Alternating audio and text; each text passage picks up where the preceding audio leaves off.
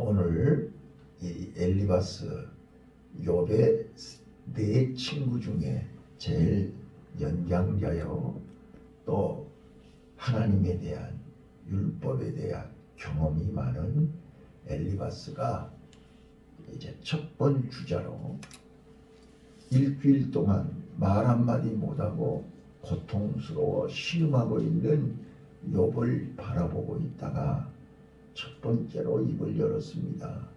4장에서 이미 말씀을 드렸고, 오늘 5장에 와서 이제 점점 수위를 높여서 욥이 하나님 앞에 원망하고 불평하는 것은 어리석은 것이다.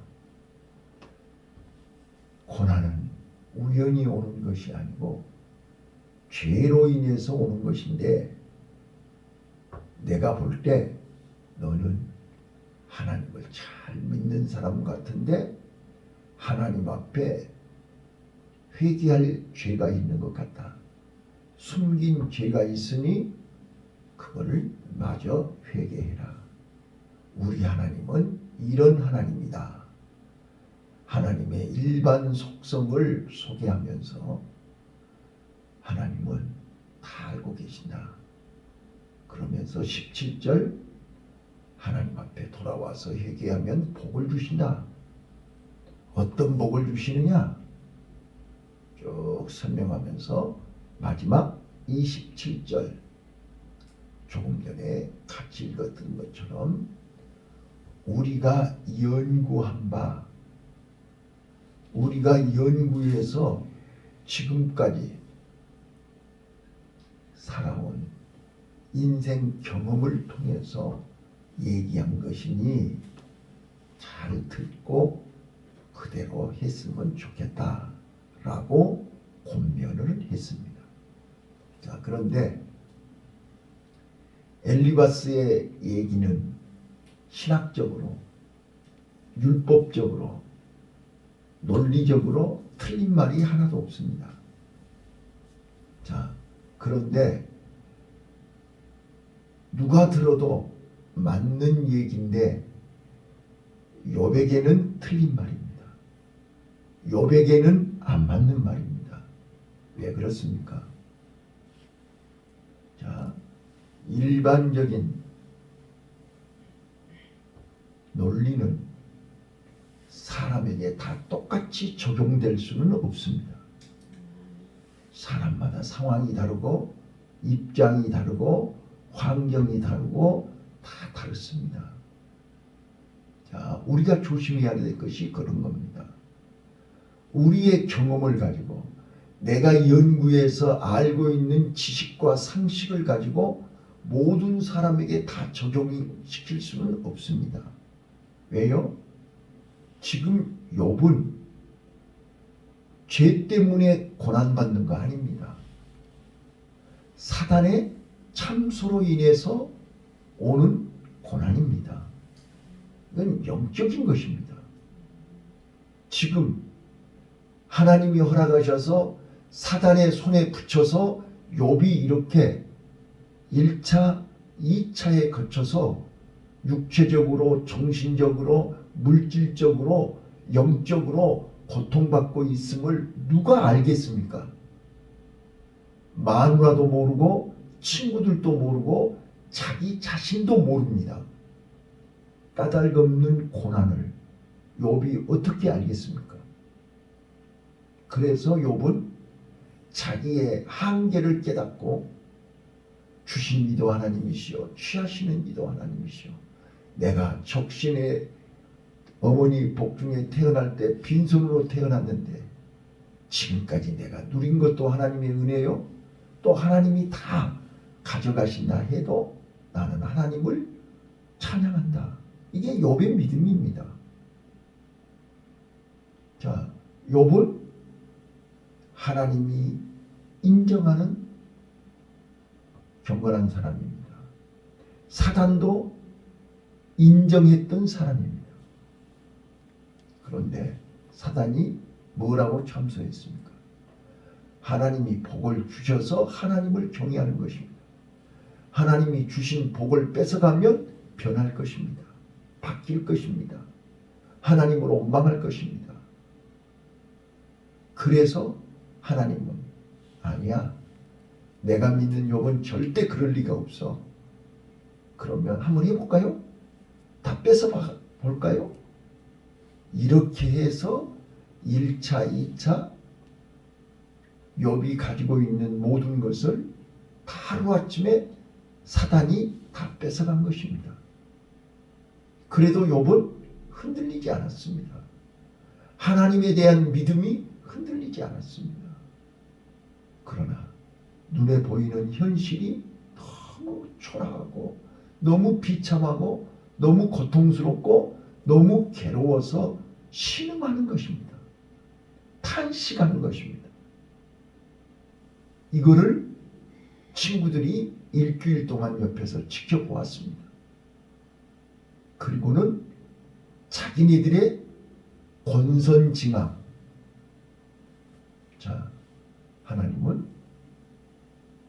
선한 사람은 돌보고 악한 사람은 반드시 징계하신다. 이게 권선징악 아니에요? 또 인과응보는요, 심은 대로 거둔다.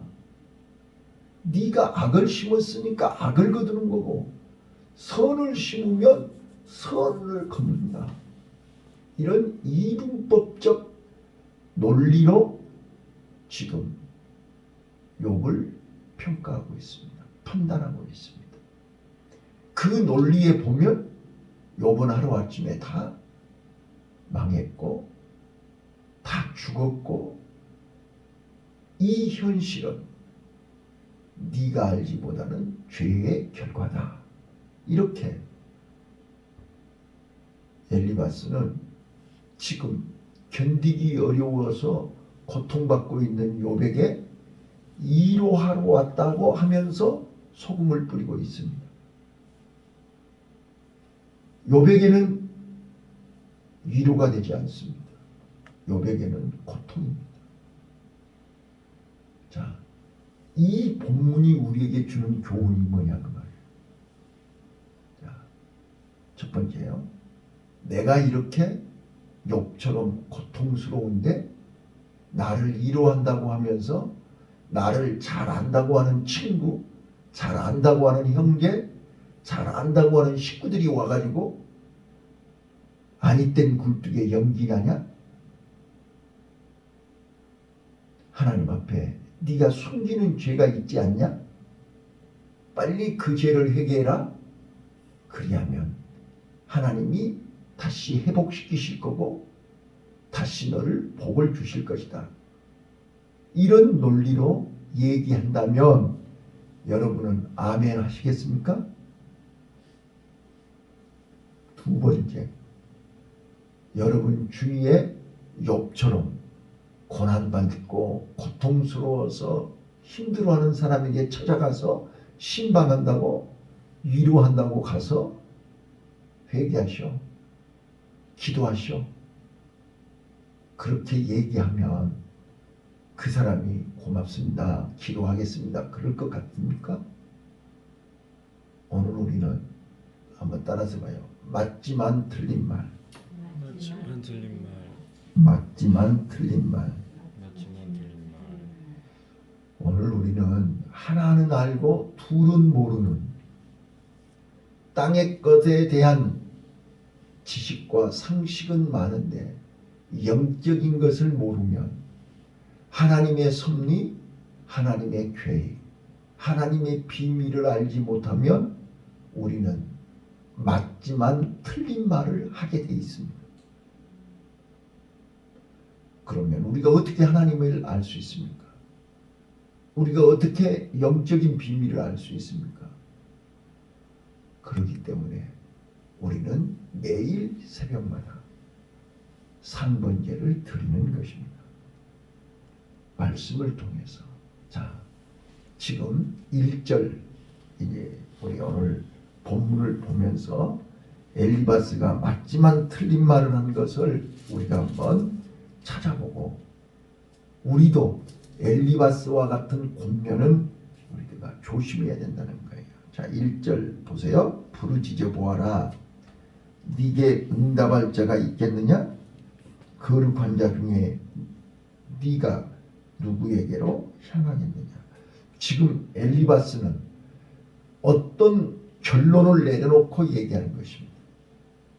야, 네가 죄인인데, 네 속에 지금 죄가 가득 차 있는데, 네가 아무리 부르짖는다고 하나님이 듣겠냐? 이런 뜻입니다. 자, 지금 원인을 알지 못하고 까닭없이 졸지에 하루아침에 당한 욥은 너무너무 답답해서 힘들어서 고통스러워서 죽는 것이 차라리 낫겠다고 신음하고 있는 욥에게 와서 너는 죄인이야. 너는 어리석은 자야. 너는 미련한 자야. 그래서 네 자녀들 다 죽였잖아. 그래서 너 재산 지키지도 못하고 네 건강도 지키지도 못하고 이건 다 미련해서 그런 거야. 어리석은 거야. 바보야. 그러면서 하나님 앞에 빨리 회개해 라고 독서를 쏟아놓는 것입니다. 자, 그러면서 여러분 8절 한번 읽어봐요. 얼마나 기가 막힌 얘기를 하고 있는가. 8절 시작. 나 같으면 하나님께 구하고 내 일을 하나님께 의탁하리라. 7절의 인생은 고난을 위하여 났나니 불티가 이로 나름 같으니라. 나 같으면 하나님께 구하고. 그러니까 나 같으면 자기 경험이잖아요. 그죠? 자기 경험. 내가 지금까지 살아온 거, 내가 지금까지 믿었던 거, 내가 지금까지 알고 있는 거, 지금까지 경험했던 거. 그 앞에 쭉 보시면요. 분노가 미련한 자를 죽이고 시기가 어리석은 자를 멸하느니라. 내가 미련한 자의 뿌리 박은 것을 보고 그 집을 당장에 저주하였노라. 지금 자기 경험에 자기 주위에 이런 사람들을 내가 저주했는데 너도 똑같은 사람이다. 저주받아 마땅하다. 이런 말 아니에요. 그러면서 나 같으면 자, 엘리바스의 기준, 엘리바스가 욥을 바라보는 시각, 엘리바스가 지금 좋은 의도로 얘기하는 거죠. 욥을 위로하기 위해서 얘기하는 거죠. 욥에게 새 힘을 얻으라고 하는 말이죠. 그런데 엘리바스는 지금 욥의 심정, 욥의 입장, 욥의 처지, 욥의 지금 마음을 헤아리고 있는 거예요. 모르고 있는 거예요. 안다고 하는데 모르고 있는 거예요. 오늘 우리는 안다고 하면서 모르는 것이 너무나 많은 거예요. 여러분들이 내가 상담으로 오시는 분들한테 꼭 빼놓지 않고 하는 세 마디 말이 있습니다. 첫 번째, 오늘 우리는 태어나서부터 죽을 때까지 말을 하고 사는데 말하는 줄을 모른다. 우리는 말하는 법을 배운 적이 없기 때문에 말할 줄을 몰라요. 아무리 좋은 의도로 얘기했지만 듣는 사람이 짜증을 내고 오해를 하고 싫어한단 말이에요. 이거의 갈등이다. 이게 첫 번째로 하는 거예요. 그 다음에 두 번째, 오늘 우리가 안다고 하지만 모르는 게 뭐냐면 우리는 여자와 남자에 대해서 모릅니다. 자, 우리는 어머니에게서 태어났고 어머니에게서 자랐고 결혼해서 여자하고 같이 죽을 때까지 사는데 우리가 여자에 대해서 공부한 적이 있습니까? 여러분들은 남자에 대해서 공부한 적이 있습니까? 자, 우리는 같이 태어나서 죽을 때까지 살면서 남자에 대해서 모르고 여자에 대해서 몰라요. 그러다 보니까 여자는 여자 입장에서 남자를 이해하고 남자는 남자 입장에서 여자를 이해하려니 다르다 말이죠. 근데 다르다를 인정해야 되는데 다르다를 모르다 보니까 틀렸다 그래요. 이게 갈등이라니까요. 그 다음에 세 번째요. 우리가 모르는 게, 아는 것 같은데 모르는 게 뭐냐면, 우리는 화를 다스릴 줄을 모릅니다. 스트레스를 관리할 줄을 모릅니다. 스트레스를 받으면 우리는 그 스트레스를 어떻게 해결해야 될 줄을 모릅니다. 우리는 덮어놓고 참으라는 거예요.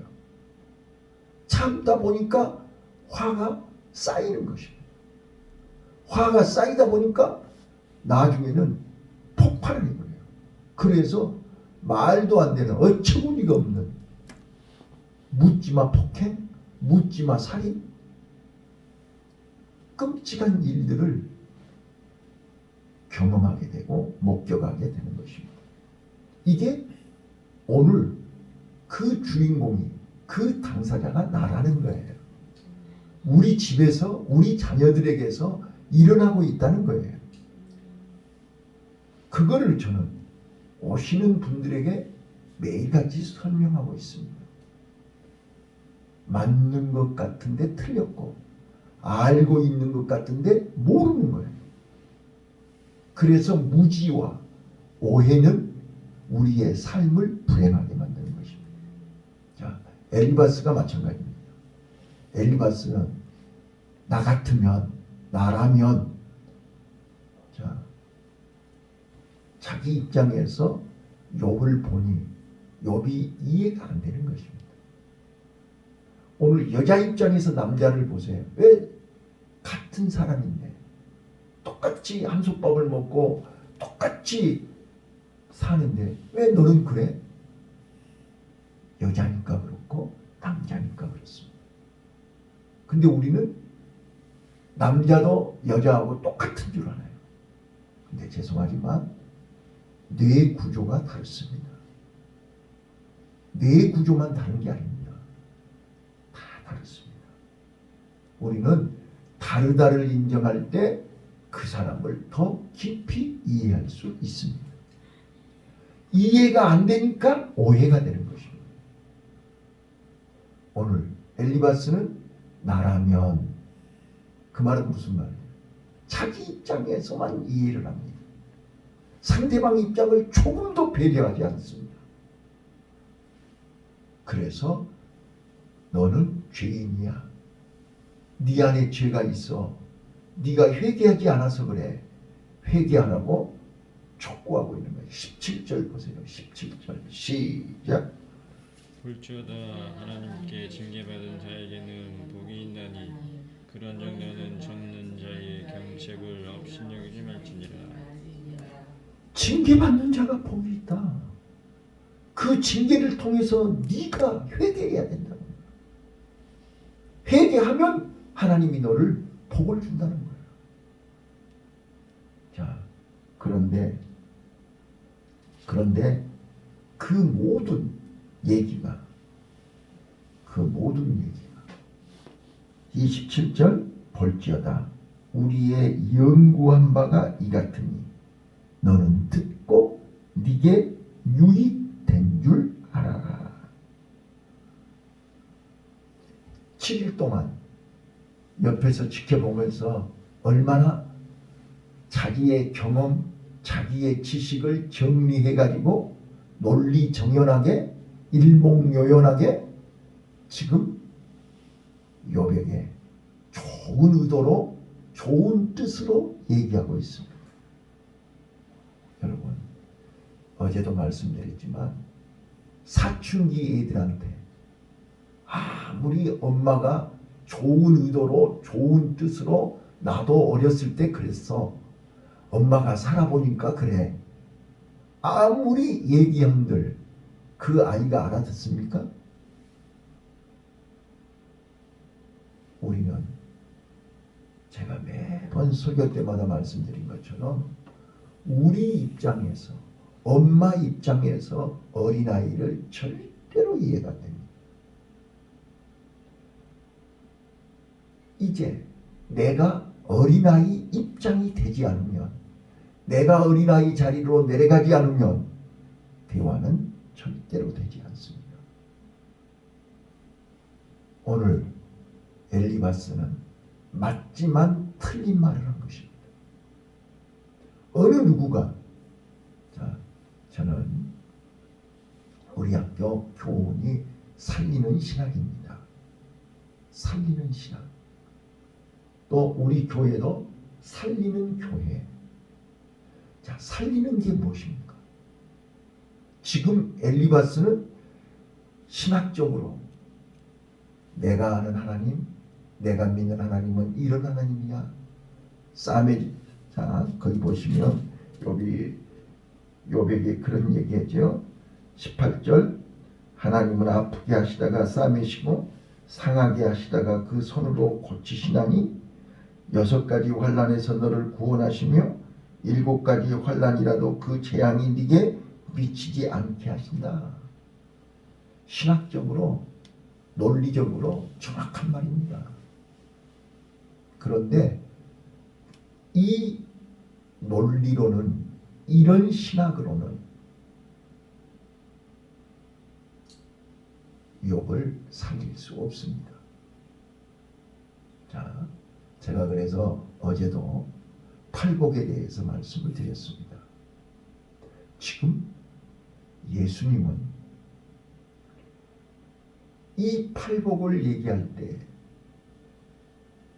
병든 자, 고통받는 자, 귀신 들린 자, 중풍병에 걸린 자, 그 사람들이 가난한 자, 억울한 자, 이 사람들이 다 누굽니까? 자기 자력으로 홀로 설 수 없는 사람들입니다. 그들을 향해서 자신들이 불행하다고, 저주받은 인생이라고, 살 가치가 없다고, 죽고 싶다고 자살하고 죽지 못해 살고 있는 그 사람들 앞에서 지금 너희들은 복 있는 사람이야, 너희들은 복 받은 사람이야 라고 얘기하고 있는 것입니다. 세상 사람들이 볼 때는 저주받은 사람인데 예수님이 볼 때는 당신들은 복 있는 사람입니다. 왜요? 천국이 있지 않습니까? 당신네들은 이 고난 때문에 세상을 등지고 세상을 내려놓고 사람들을 의지하지 않고 하나님을 바라보고 있지 않습니까? 그래서 당신들은 복 있는 사람입니다. 이걸 지금 설명하고 계시는 거 아니에요? 심령이 가난한 자. 왜 심령이 가난합니까? 세상 것 다 잃어버렸으니까요. 세상 것 다 빼앗겼으니까요. 세상 것 아무것도 없으니까요. 심령이 가난한 거 아닙니까? 그러니까 하나님만 바라보고 하나님만 의지하고 하나님 앞에 나온 거 아닙니까? 이게 바로 심령이 가난한 자가 복이 있다고 하시는 예수님의 마음이에요. 근데 엘리바스의 논리로 얘기하면 니네들이 그렇게 망한 것은 죄 때문에 망한 거야. 빨리 죄를 발견해, 죄를 깨달아, 죄를 회개해. 이렇게 얘기하면 그 사람들이 견뎌내겠습니까? 아니라니까요. 애통하는 자 복이 있나니. 애통하는 자가 왜 복이 있어요? 내 자력으로 해결할 수가 없어서 울고 있는 거 아닙니까? 내 자력으로 해결할 수 없다고 인정하고 통곡할 때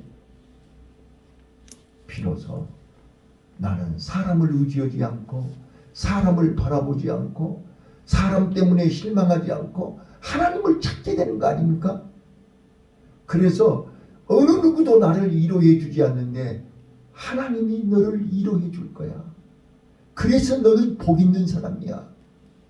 하나님을 만나게 돼서 하나님의 위로를 받으니 복 있는 사람이야. 여러분, 우리는 사람의 위로를 받지 못해서 힘들어하고 억울해하고 고통스러워하지 않습니까? 예. 오늘 우리요, 엘리바스를 통해서 우리에게 주는 교훈이 뭐예요? 우리는 내 내 상식, 내가 연구해서 내가 공부해서 알고 있는 지식이 전부라고 생각하지 마세요. 자, 그래서 저는 이렇게 결론을 내려요. 엘리바스의 지식은 완벽하고 허점이 없습니다. 그래서 엘리바스의 지식은 맞지만 틀린 것이 무엇입니까? 진리가 틀립니다. 믿음이 틀립니다. 그가 알고 있는 영적 지식이 틀립니다. 영적 비밀이 틀립니다. 여러분, 하나님은 우리 지식으로 알 수 있는 게 아닙니다. 하나님은 우리 마음속에 삶을 통해서 하나님은 우리에게 오늘도 말씀합니다. 우리가 알지 못하는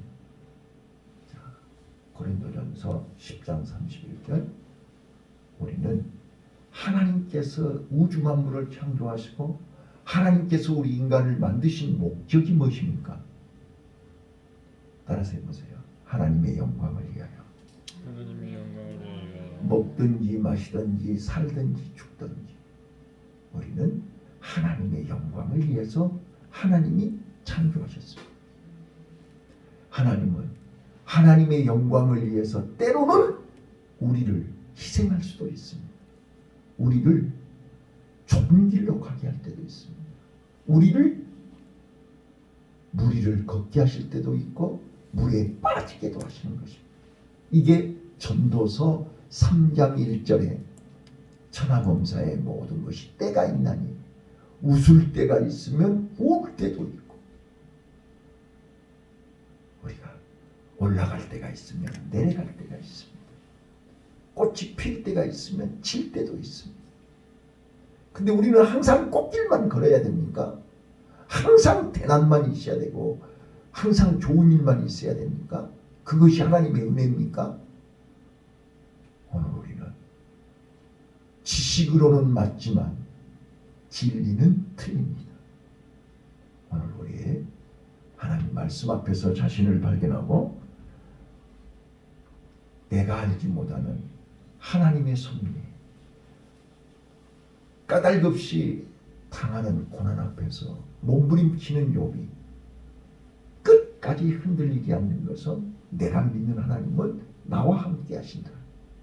나를 통해서 역사하신다. 내가 올라갈 때도 하나님은 역사하시지만 내려갈 때도 역사하신다. 내가 건강할 때도 하나님은 함께 하시지만 내가 병들었을 때도 하나님은 내 곁에 계신다.